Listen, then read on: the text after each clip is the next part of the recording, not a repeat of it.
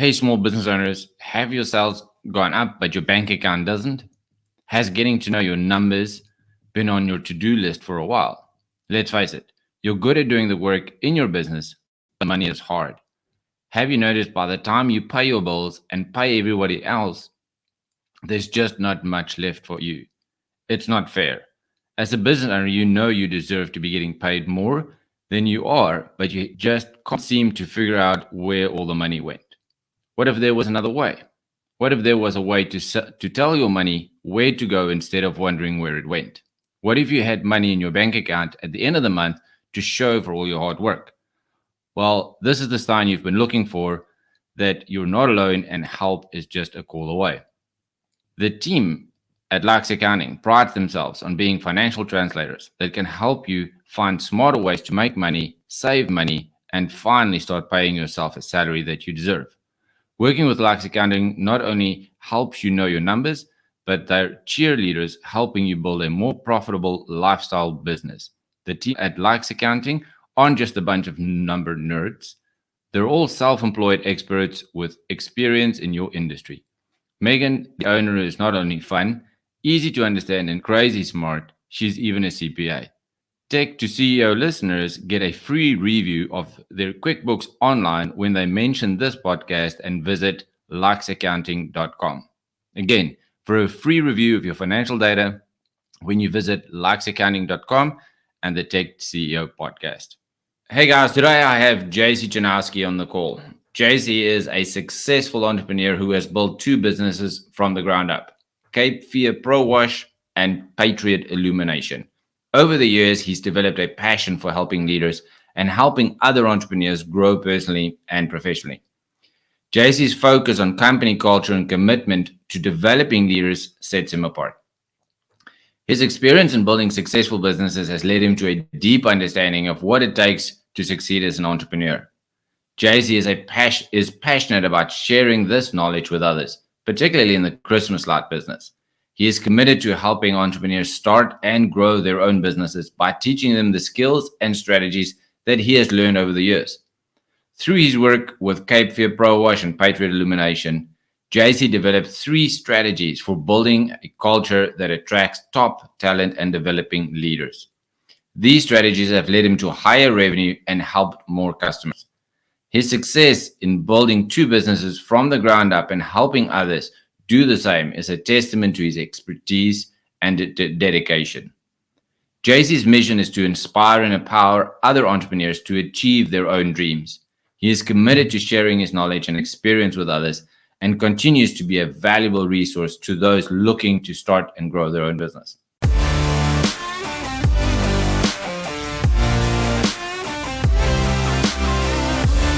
Wow, JC, you have definitely done some impressive things in life. Thank you. So, however, let's unpack what you're doing today and then jump into the story of how that came to be. Sure. Yeah, absolutely. So, JC Chanowsky, I reside in the Wilmington, North Carolina area. I've got 2 wonderful companies, like you mentioned, Cape Fear Pro Wash and Patriot Illumination. I have an absolutely incredible team that works with me by my side every day. And without their support and their commitment, we wouldn't be able to do what we're doing today. So I'm very grateful and thankful for the team that we have built, the culture that we provide for everybody within our team, and the things that we're looking forward to do in the future with each other.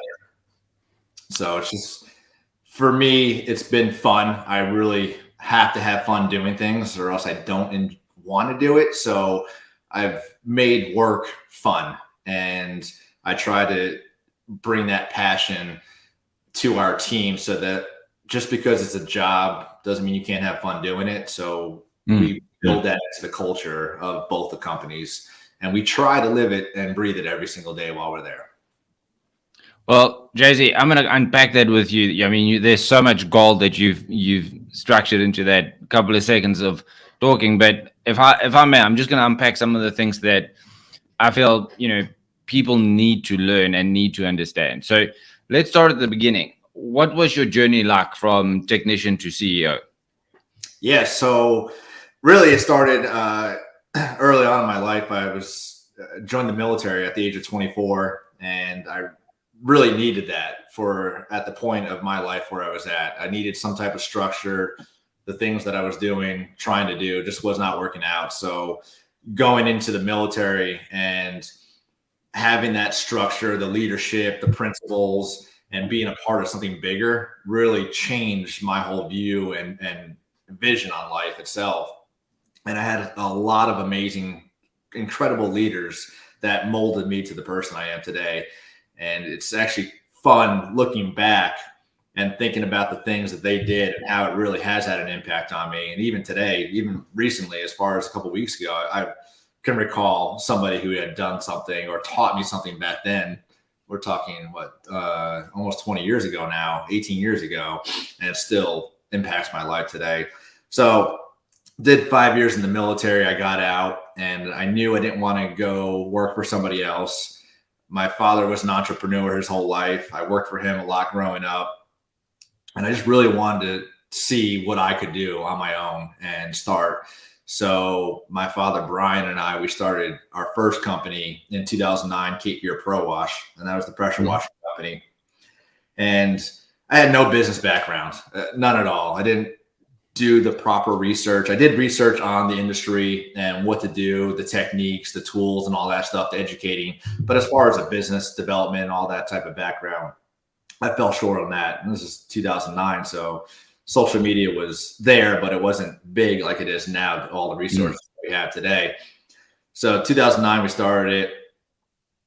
Not even a year later, I got recalled back to active duty. So I was overseas within a year of being in business. My dad maintained the company, kept a couple jobs going, didn't do a whole lot other than just answer the phones. And if a job came in, he would go get it done. He did that for about 3 years. And I'm very grateful and fortunate for that. Actually, no, it was longer than that. 2009, 10, 4 years he did that. Because 2014, I finally came back home, started the company back up again. It was still a part-time thing. I was still a full-time Navy. So we'd wash on the weekends, watch on the nights.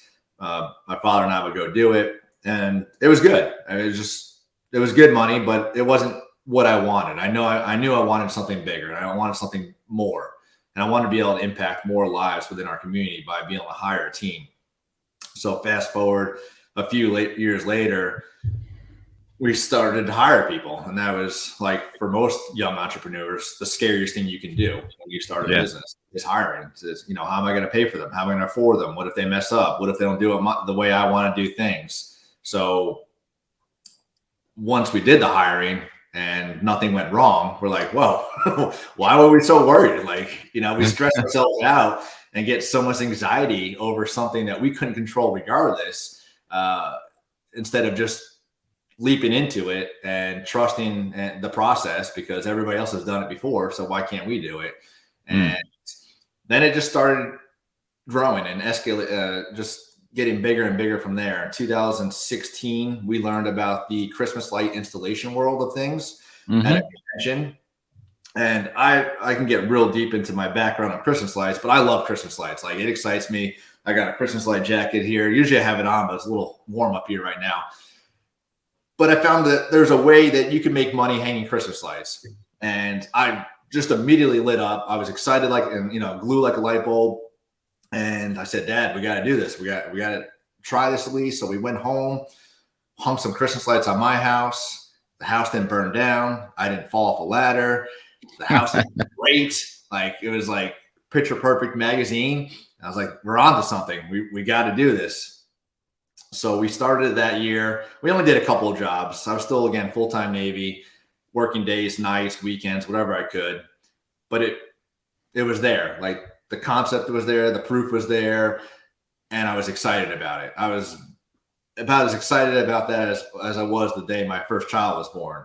Like, that's how happy it made me. So we ended up growing the company, and then about 2 years later, we got into our first coaching group, which really just changed everything. That was like the pivot point for, like, the just being able to really scale and grow things. The needle started moving on the throttle there. So 2019 was when we started our coaching group. And then we really started hiring. At our peak, we were at 22 employees. Mm-hmm. This past year, we were just about 1.8 million in sales total between the two companies. And we're in a very small market. 350,000 is really the population of the three counties that we work with. But coming back to the beginning, while we've been doing this, we've been having fun. The challenges of one of the Christmas light companies is very seasonal. So we have 4 month window for that company to hire, get everything done, installed, take everything down, and then we have to let everybody go. So that's a very hard company to be able to hire fast seasonal folks, get quality, train them, and maintain the level of professionalism for those 3 months, and then say, hey, we'll see you next year, hopefully. So we've really focused on that company culture so that when we do present this to people, hey, you're only gonna be seasonal, you're still part of the team, but we want you to know that you can come back here next year. And we found that a lot of the younger guys that we hire, they really do like it, and they will come back the following year. So nice. Well, congratulations, JC. It sounded like you took the hard road. A lot of business owners, there are these, and you mentioned it, there are these pivot points, there are these pivotal moments in life that really give you that forward trajectory, that really sets you apart. And in my studies and my research, life is just a series of events, and we get to influence those events and make up what those pivot points are. And people always look at the future. So I wish there could be this. I wish I could be that. This could happen or this could happen. But if I listen to you speak, there were decisive decisions. And I think on the back of that, the question that I have for you is, at what point did you realize I am now a CEO? I think it was probably within the last 2 years, honestly, when I was able to step away from the company for an extended period of time. Now, I'm talking not just a day or a week, for 2 to 3 weeks at a time. Mm-hmm.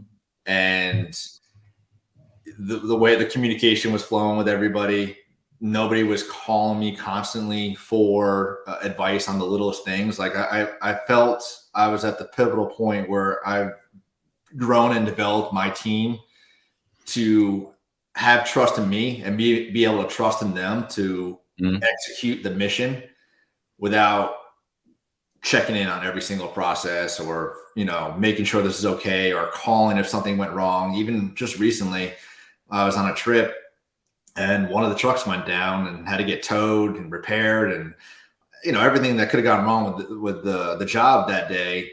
And nobody called me, nobody said a word, nobody even checked in with me. And it was just nice to be able to know that they had the framework to be able to do what they needed to do without me saying, yes, no, we could do it this way. Like it felt really good seeing that happen when I came back and hearing all about it. So that was, your ability to step away from your business and business carries on. And I think oftentimes we're disillusioned by this vision of I'm going to be a CEO, when being a CEO must mean this or CEO must mean that. And we kind of make up the story for ourselves, when I have certain revenue, when I have a certain team size.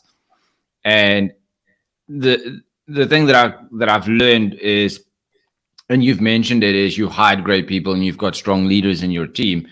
It starts with, we work on others by working on ourselves.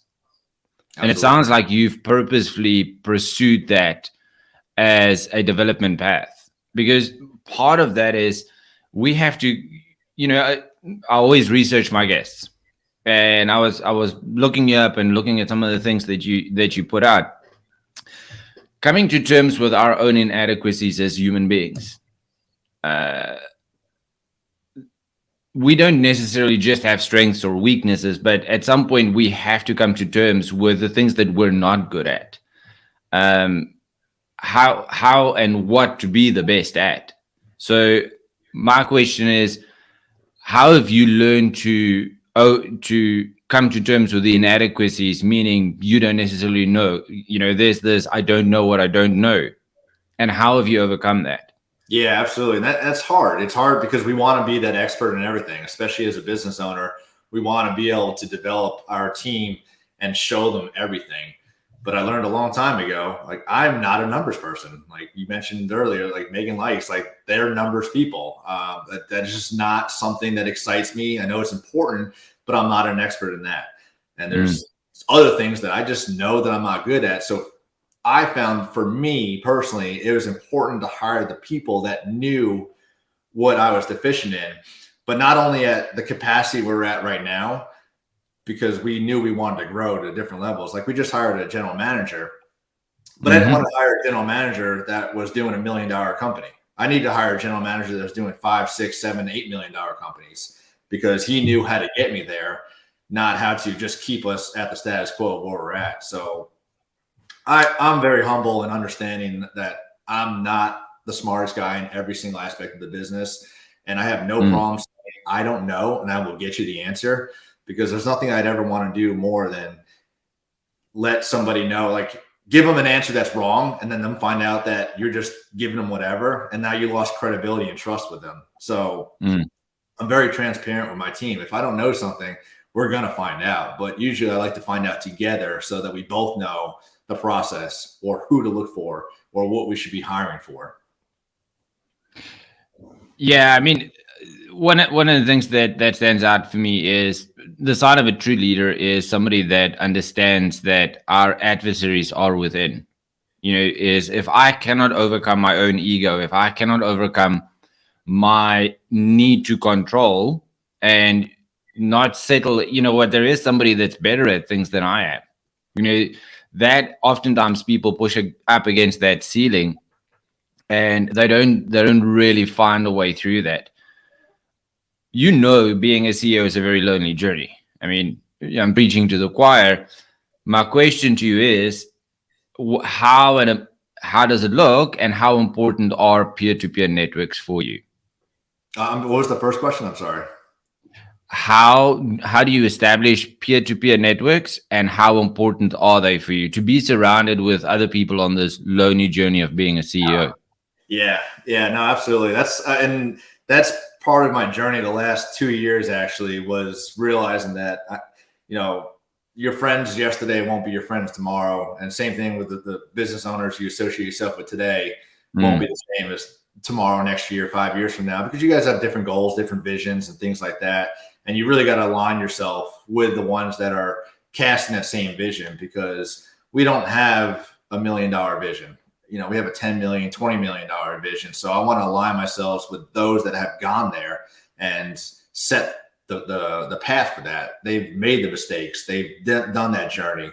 I'd rather learn from them and with them rather than with somebody who's never done it. And we're both on that rocky road, just, changing the tires and all that stuff over and over and over again. So it is very important to align yourself with the people who share the same values and the same growth and the same mindset as you. And it's fine to have different opinions and values and all that stuff. And not saying you can't be friends with them, but as we grow as CEOs and leaders, we need to grow personally and professionally too. So part of that personal is just being able to soak in that knowledge from other people who have done these things. Yeah, and I think there's this theory out there, or this syndrome out there called gold medal syndrome. When an Olympic athlete returns from the Olympics, they get home and they get gold medal syndrome, and it's like, now my life is not fulfilled. I think a lot of people in business, they start off with, hey, this is an opportunity, I can start a business. And through that, the evolvement and the battles, they're like, man, I just want to be the CEO of my company. And I'm interested in, what does it look like beyond that? What's beyond the title of CEO? Because that's what you said, is, hey, I hired a general manager, but obviously the general manager is not just going to be the general manager forever. There's a path for them to eventually free you from having to be the CEO of the business. What does that look like for you? How do you conquer those mental perspectives, or change this perspective that you have around that? Yeah, because if you talked to me 6 months ago, my mindset was definitely a little bit different than today. And I had to focus on just really building the company without the GM. And I knew I wanted one. I knew we needed one too, because that was really important. Like you said earlier, I don't know what I don't know. There's a lot I don't know. And I will say, it's probably a lot of luck to where we are today, but we did it successfully. And we've always maintained that customer satisfaction and the level of expertise that we do while we're doing it. But I'm really lately enjoying motivating people and talking to people and getting other small business entrepreneurs inspired to do more and understand, when I started, they're not alone. Like, we were all in the same shoes one day, and that it's a struggle for a lot of us because we do think we're alone. Like you mentioned earlier, that we're the only ones facing these battles, facing these fears, stressing out about these things. But not everybody, but people have done it before. So I want to focus on being an inspiration for other small business owners to know that it's okay. You're going to make mistakes. We all make mistakes, and that's fine. It's just how you learn from them and train to that mistake so that you can prevent it and help your team prevent making that same mistake. So reaching out and just kind of being a voice for everybody right now through social media and communication, like, just let them know, like, we're here for you. Like, you can reach out. People want to talk to you. People will talk to you so that you don't have to struggle alone. It's easy. It's hard for somebody to ask for help, but once they do it and realize that, that helped a lot and saved a lot of nervous tension. And that was a big struggle for me the last 3 years, was being able to ask for help. And now I like asking for help. So, JC, why is that important for you to be that resource for other people? What drives that motivation? I mean, you're highly talented. You obviously have a lot of grit and focus and determination. Why not just apply it to your two companies? Why open yourself up to help others succeed? It's all about passion for me. I was very excited about the pressure washing company.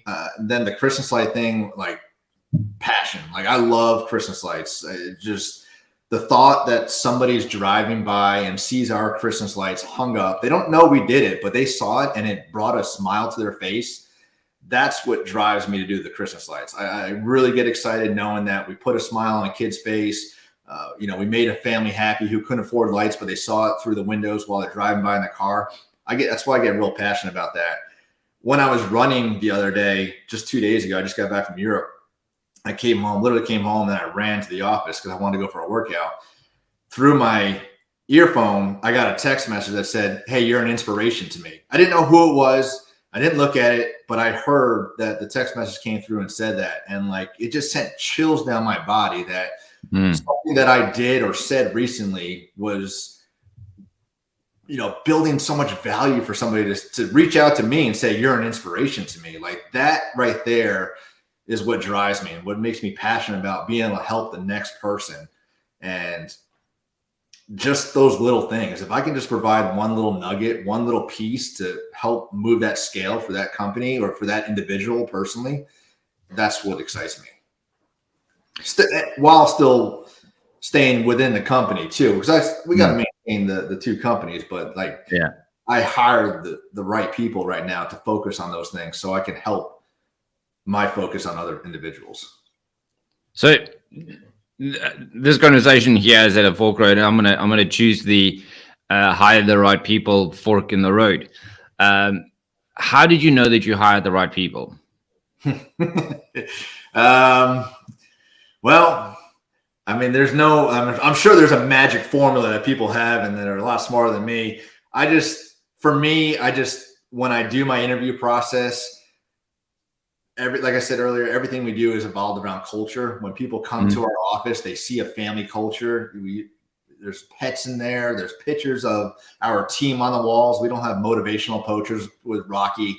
It's literally our team all over the wall. So that when they get there, they feel like, wow, this is a family I want to be a part of. And when you're talking to them and they get excited about that, and you can kind of see it in their head, like, I want to be on that wall next year. Like that's me up there. That once they have the buy-in to your culture, hopefully they have the skills and the mindset that you're hiring them for, or you could teach them for that too. But as long as they fit within our culture, we're able to develop them to the leader they need to be. And that's what we've been doing. We're very, very fortunate. We have a great team back there, and we learn together. And every day we'll figure something out. We'll talk about something. We don't always get it right, but we'll still figure it out together. So that's the open line of communication.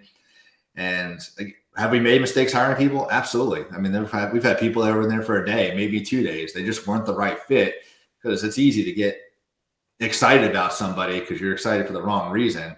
But overall, our retention rate within our company is incredibly high, and I'm very proud of that.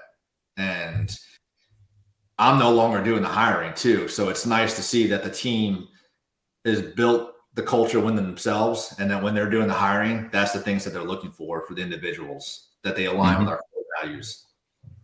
So obviously it sounds like you got a master's degree in qualifying in leadership school. I do say that tongue in cheek. What's that journey been like? Taking on, it's one thing to hire a technician. It's another thing to hire on a growth rep. But I mean, your business is now grown, and you're taking on leaders, and by default, that means you need to be a leader of leaders. And explain to me that journey, the mindset that you take around that. Yeah, so the Navy definitely molded me to be the leader I am today. I got 18 years in the Navy, and had a lot of training, worked with a lot of younger sailors, junior sailors, senior sailors, and officers and enlisted side. So I had a lot of experience on that side. And I had one commanding officer that would always preach to me that he would always take the good and the bad from every leader that he worked with. He would find the good traits, and he would try to mold himself to be that good leader, and take the bad ones too and be able to recognize it so that he wasn't that bad leader. And do we get it right all the time? No. Even just recently, I realized that I had a bad quality that I thought was a good quality, but it really wasn't. And it took a lot for me to say, like, wow, you got this wrong, JC, and you need to fix it. So being able to recognize your strengths and weaknesses and apply that to your developing staff and grow them to a leader, because we teach everybody when they start working with us that you don't need to be here 2 years. You don't have to have this title. You don't have to be this certain age to be a leader. Everybody can be a leader from the day they start working there. That doesn't mean that the most junior person is going to come in and be the GM tomorrow because he wants to lead that way. But we want them to know that while they're on a job or out in a situation, they can take control of that and lead their way to complete that mission. They don't need to check in on every single step. So if we start them young and keep it consistent with the leadership and open communication, it gives them the trust in themselves to want to be a better leader, because they see that we're affording them this opportunity to become leaders within our community at the companies. Yeah, JC, I think you bring up an absolute vital truth to this journey is, you described it as opportunity in your company. You didn't say, hey, I have this position, or you didn't say I have this responsibility or this task. You purposely say, hey, we have opportunity in our company. And I think that for me is where a lot of CEOs miss the mark, because all they're trying to do is get a warm body into owning the responsibility. But if you start talking about opportunity, every single person that you come across is interested. Whether that's the opportunity to earn more, be more, have more, give more, do more, doesn't matter. Opportunity is what everybody seeks in life. So I'm going to ask you some more challenging questions in a minute. There's the unintended consequence that we sometimes don't consider. You've gone from the military, starting the company, part-time, dad running it, and you really found the passion in pressure washing, and then you're really passionate about Christmas lights, but it was more from a technical side. Now that you've got that GM, the unintended consequence of bringing in leadership is you sometimes get alienated from the passion itself. And you've purposely realigned yourself and say, okay, well, I cannot live without passion. And, your public persona and everything that you put out there really speaks to that. So realigning yourself with passion. Having said that, how do you set yourself up for identifying that goal in the future? Because we're not trying to just get to a destination, we're trying to be better every day. How do you set yourself up to always be passionate? Yeah, it's hard. I mean, like you can see my past. I was passionate about one thing, I was passionate about that, and I used to be passionate about the military as well. And I always said to myself, once I lose passion or something, it's no longer fun. I don't want to do it, and I hate that. And it's hard to force yourself to want to do something, and that goes against our company culture because we want people to have fun. We want them to be excited about it. Just because it's a job doesn't mean it can't be fun. So, as we grow personally and professionally, your values and things will change and they will realign. And, right now the passion is really just continuing to develop those leaders within our company. The four main people we have there and everybody below them. But knowing that my voice or what I can put on social media or communicate with somebody through these podcasts, that I can inspire them to be better leaders, or even let them know that you are doing everything you can be doing to, where you are today. Like, we just beat ourselves up all the time saying this is not good enough. And it even happened to me. Like 3 weeks ago, I went for a run. I'm like, oh, these times are horrible.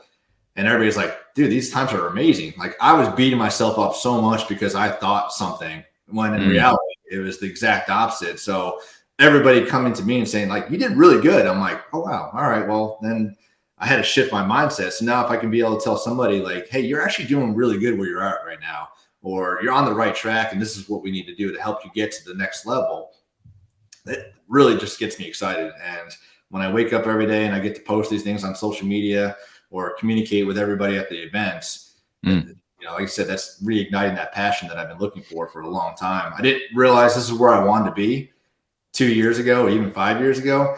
And now that I'm here, I know it's for a purpose. Yeah. Well, good on you, JC. I think, one of the things, as you were talking, I was just reading through some of the notes that I made in preparation, is one of the things that I always talk about, with our clients and potential clients and business owners that I meet, is there's nothing in life that you have to do.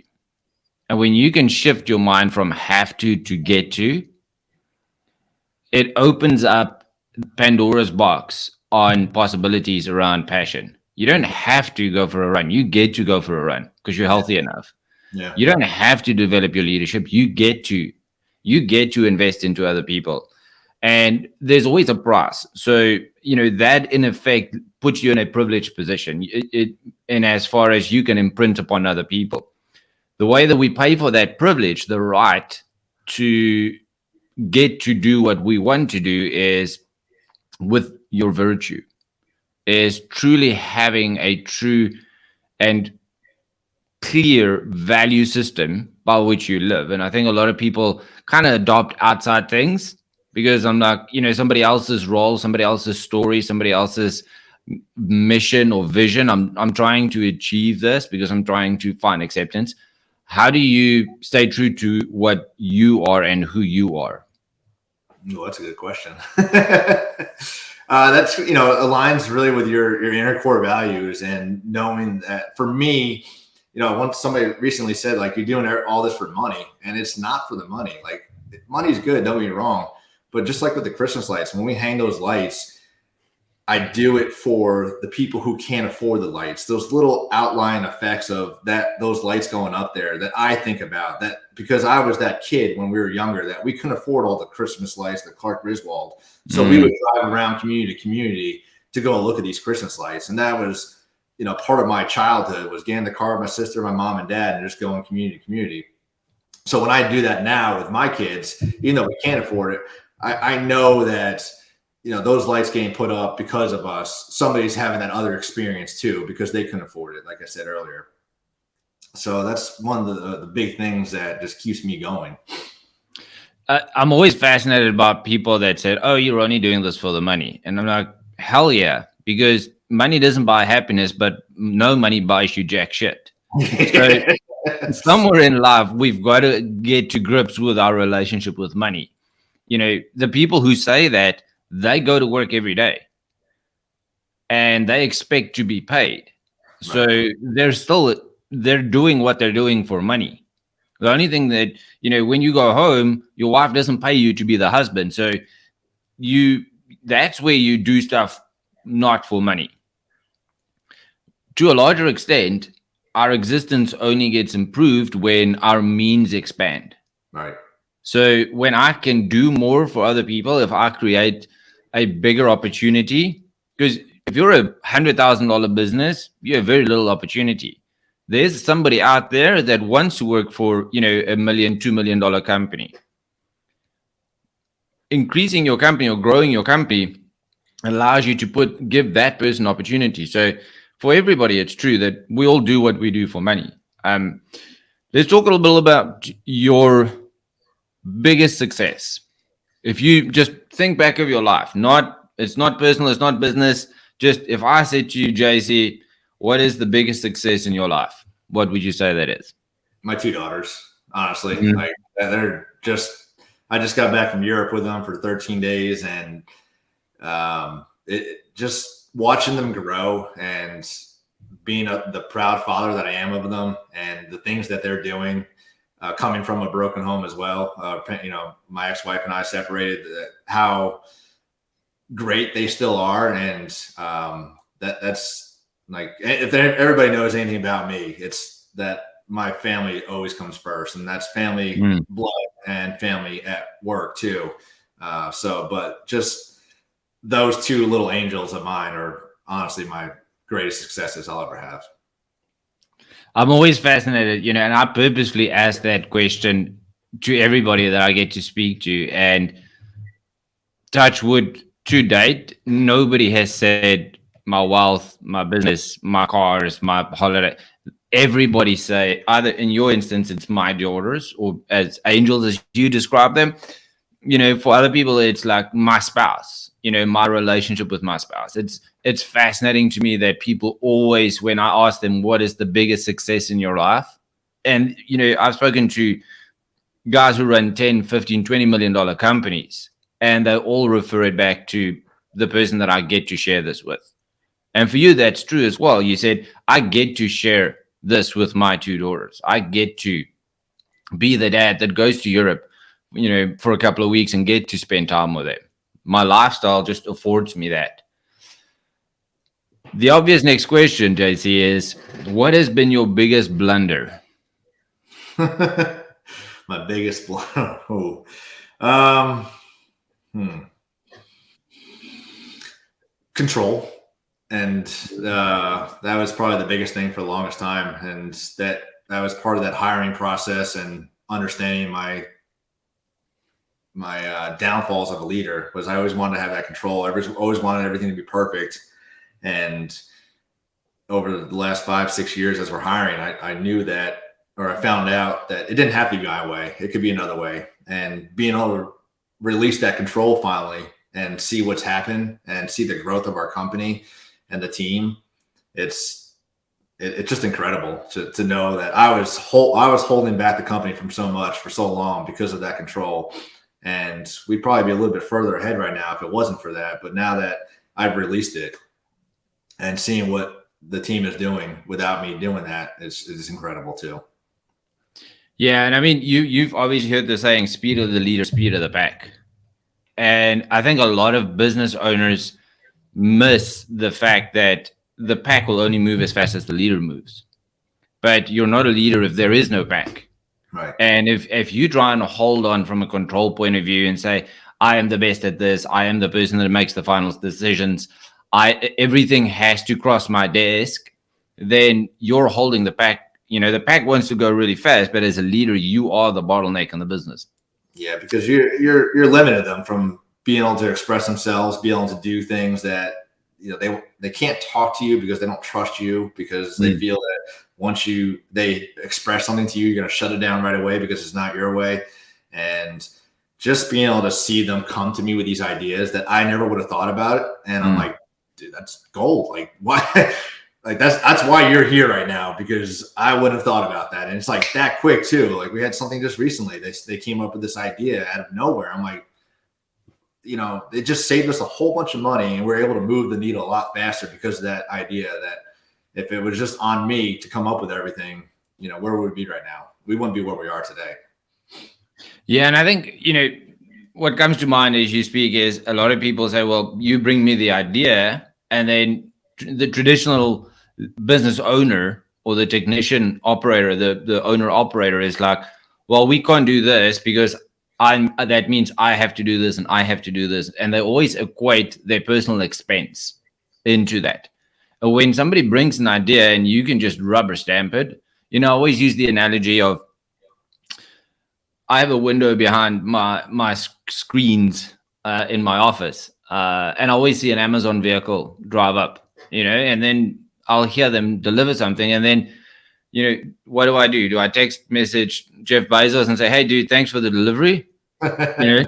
He doesn't even know that it happened because he's built a company that can succeed without him. Right. And I think, even though it's $1 million, $2 million, $10 million business, the same rule applies. If you're the one wanting to control the quality of the work, or you're the one wanting to control the finances, or you're the one that says, I will decide who we do business with, I am the one doing the estimates.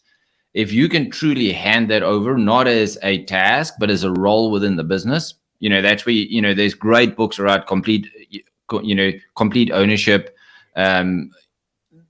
When you can bring leaders in that fully occupy the lane in which they exist, that's that J curve that really sets the business up for success. And I've seen a lot of business owners stifle their business because they just won't let go of the control issues. Yeah, and you said the key word there, ownership. If they have that ownership of that task, that role, and without you on them all the time, they have that pride and they want to do better. And it's, being able to let them express themselves. It's freeing for them, and it's rewarding for us as the owners, as the CEOs, to be able to see the things that they're capable of doing, rather than just saying, nope, we're just going to do it this way and go back. I get more joy out of them coming to me with ideas and being able to implement them than me saying, let's go do this. Yeah. I'm a big fan of Jordan Peterson. I do a lot of research and study, and I try and consume as much of what he puts out there publicly. And he recently had an interview with Guy Ritchie, who's making a movie about King Arthur. And the story that he was telling was around, King Arthur could pick up the sword. And sometimes when we have this opportunity, we're plagued by, if I build $1 million business, then I'm going to potentially become the person that I worked for the last time. I'm going to become the evil boss, the CEO that goes overseas and doesn't do a stitch of work, and he doesn't know how hard it is in the trenches.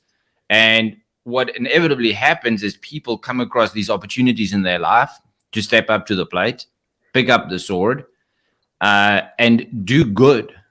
Win the battle for good. And it's not a competition in your company to say, well, my service leader and my operations leader are competing with one another. They're realizing that, hey, we're all in this together. And I think a lot of people walk past opportunities. For you, it was the opportunity to hire a GM. You might have had good or bad experiences in the past. We all know bad, stories around these things. Little bit about you. What are you excited about the future?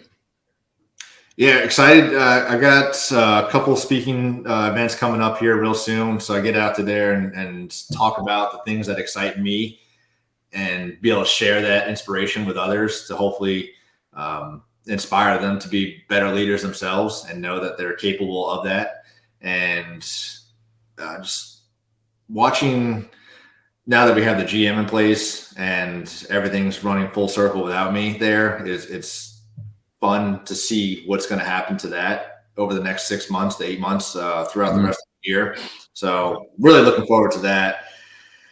And honestly, just being able to communicate with other business owners right now and just spread the word and talk to them and be a beacon of light for them. And that's, light falls under our core values with our team. And I want to be a part of that for other companies as well. Yeah, and JC, on behalf of the public, I want to thank you for saying, I want to share that light with others out there. I'm not, I'm not going to keep the Coca-Cola recipe to myself. I'm willing to share. I'm willing to help other people succeed, because inevitably that's our mandate in life, is to make the world that we live in a better place, not to make the world we live in a better place for us. Right. Yep. Whether that is your competition, people who share the market with you, people that want to go into the industry, people that work for you, right down to the personal level, which is the two daughters that you get to do life with. If people want to hear more of, you, get hold of you, where can they absorb some more of you? Yeah, the easiest way to get a hold of me is probably going to be on Facebook, JC Chanowsky, and Instagram as well. But that's probably the fastest and easiest way to get a hold of me right now with all the traveling that's got going on. So please, if anybody has any questions about the industries that I work in, or stuff that we've been talking about today, I'd love to talk to you. And there's no fees or anything like that. I just truly want to help people. Great, JC. So yeah, if you guys want to check out JC, check out his Facebook and Instagram at JC Chanowsky, Chanowsky. JC, thank you for spending time with me. I would talk for another 2 hours, but you have a business to run.